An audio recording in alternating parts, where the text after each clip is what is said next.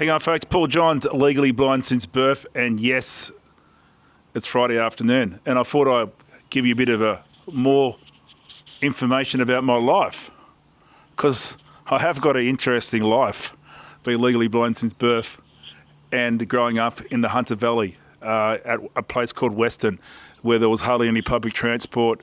And I left school at 16 and started my apprenticeship at Newcastle University, and there was no transport, so I moved out of home and lived in a flat with one of my friends called Steve. He moved out of home as well, so we shared a flat together. Them days you used to have fake ID, you can get in. There was no such thing as mobile phones, so we never had to prove ourselves. All we had was proof of age card, and that was quite easy. And I was very tall for my age, and I could get in club. So we used to go to a nightclub called the Gunfighters Rest, which is quite popular back in the old days. It was a wine bar. They used to sell light drinks made of green ginger wine and port.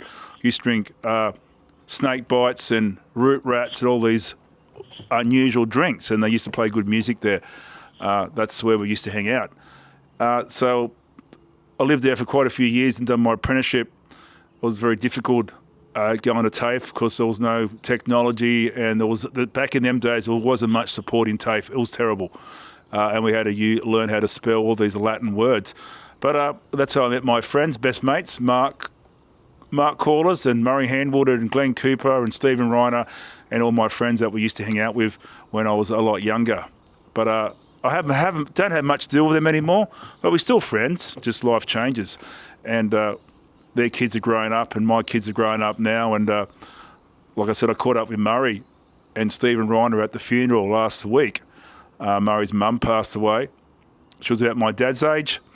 Anyway, so that was part of my growing up. And I moved back home quite a few times and house shared and share houses, and had some terrible experience living with people who used to eat your food and drink your alcohol and take all the toilet paper. But that's part of growing up. Isn't that right, folks? Who can afford to move out of home now? Let me tell you, the cost of living. But anyway, and then I worked in lots of nightclubs and DJing and security. My eyesight wasn't that bad them days, and you can get away with things. But with technology these days and with MyGov and all that sort of stuff, you sort of can't get around the system, folks. I never done nothing wrong, just that my eyesight wasn't as bad them days, and I could fake it till you make it. Anyway, so I grew up at Weston near Kurri.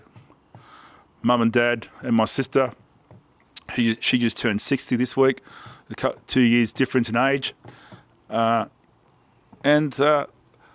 probably my best start in life, my grandma, well, she wasn't really my grandma. She was like my adopted grandma. She left me a sum of money when I was 18 and 19. It was enough to put a deposit on a house in Carrington. And I bought my first house in Carrington for $69,000. And that's where I lived for quite a few years instead of paying rent. My interest rates back in them days were about 14 or 15%, but it was still cheaper than renting houses, paying my loan off. It was $69,000, my unit in Rogers Street in Carrington. I bought it actually off Tony Butterfield. It was one of his houses from the Knights. So that's a bit about my life history. And it's Friday, and it looks like it's going to be a lovely weekend. And I hope everyone has a lovely weekend. Appreciate your support. Big shout out to Scotty in Sydney, Blind Chris, Alice, Noah, all my nieces and nephews and cousins, and all my friends and my new friends I met in my communications and marketing course, which they sound pretty cool. And I hope everyone has a lovely weekend. I really appreciate all your support, and hopefully I can give you great content.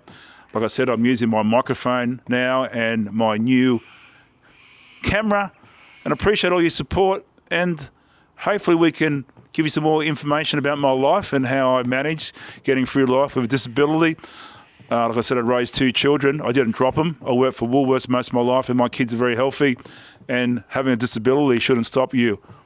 You should have with technology these days, it shouldn't be an issue doing things. You just got to make things work. and don't do nothing what hurt you or hurt anyone.